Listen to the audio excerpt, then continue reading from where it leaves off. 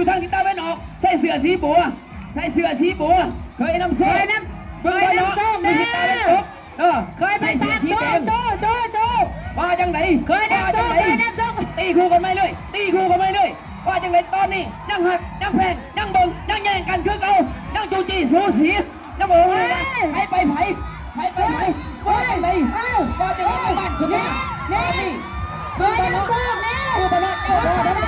เจ้าพ่อทองแดงนำไปแล้วว่า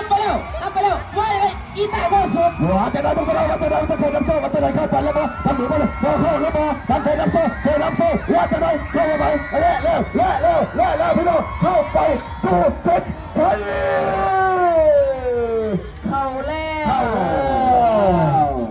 เอาแล้วค่อยจากทางอนุกรรมการเพิ่นนะพี่น้องนะรอค่อยจากทางอนุกรรมการเพิ่นเอาสำหรับสถิติของการแข่งขันเป็นรอบฟังจากกรรมการสินไซเดอร์และเที่ยวที่32น้องเดินจะพบกับนายอนหนึ่งน้องพี่น้องเนาะ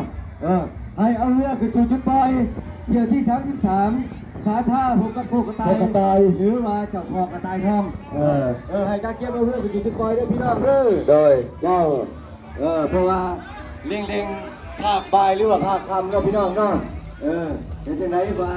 การแข่งขันของเราจะได้อันดับตั้มระดับอัดหมายอยู่ของเราไว้จะให้มาเลือกตัวเล่นเจ้าเพราะว่าดูให้ดูการแข่งขันเด็กน้อยลง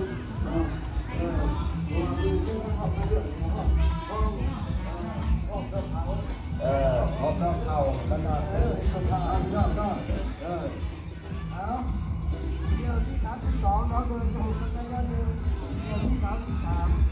ร้านข้าวคนก็โคกกระต่ายเจ้าเอาเรื่องบ้านน้องไป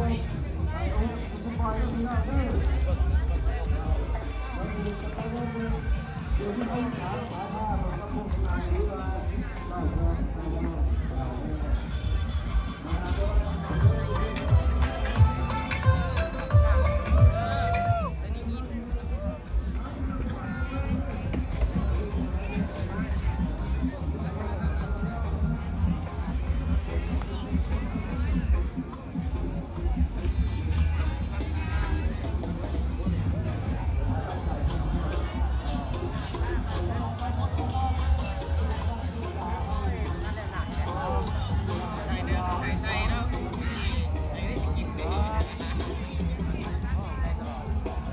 อย่าง